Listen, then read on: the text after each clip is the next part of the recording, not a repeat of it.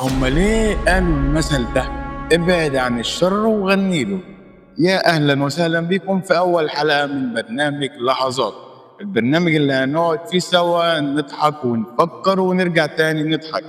أنا مش هعظ ومش هقول لك تعمل إيه وتسيب إيه، أنا جاي أتكلم معاك وأقول لك اللي بيحصل حوالينا زي ما هو. والنهارده هنتكلم عن موضوع أغلبنا شافه وعاشه، يمكن كان بطله في مرة من المرات. موضوعنا هو، قبل ما أقول لك تعالى جهز فنجان القهوة الرايق أو مشروبك المفضل وفينا نستمتع.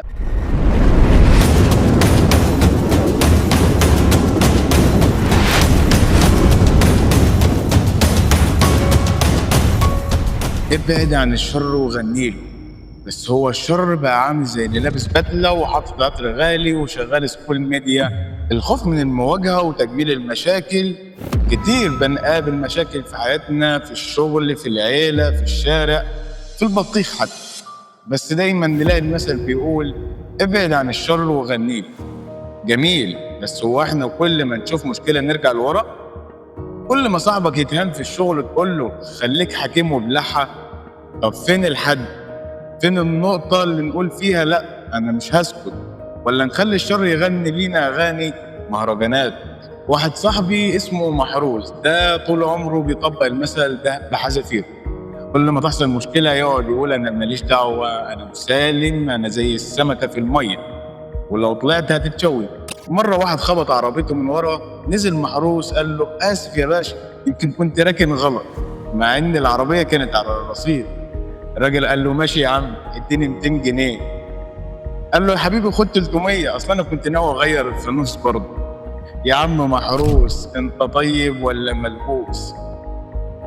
الناس زمان قالوا ابعد عن الشر وغنيله، بس ما قالوش افتح له الباب وقول له اتفضل يا عم الشر اشرب الشاي.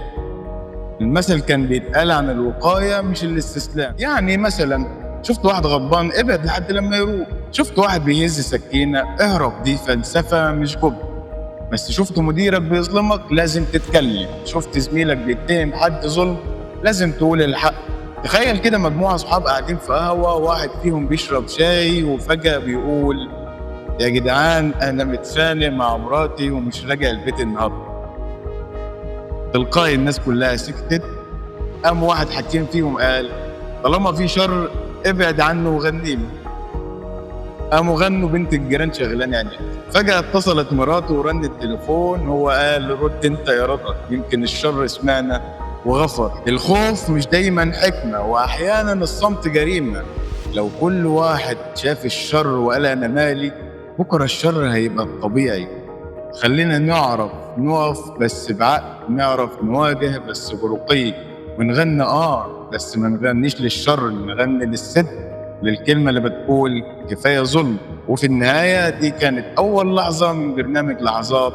لو عجبتك اللحظة شاركها مع اللي محتاج يسمعها، وما تنساش تعمل اشتراك في القناة وتفعيل زر الجرس. ولو عايز تقول حاجة اكتب لي تحت في الكومنت وأنا هسمعك.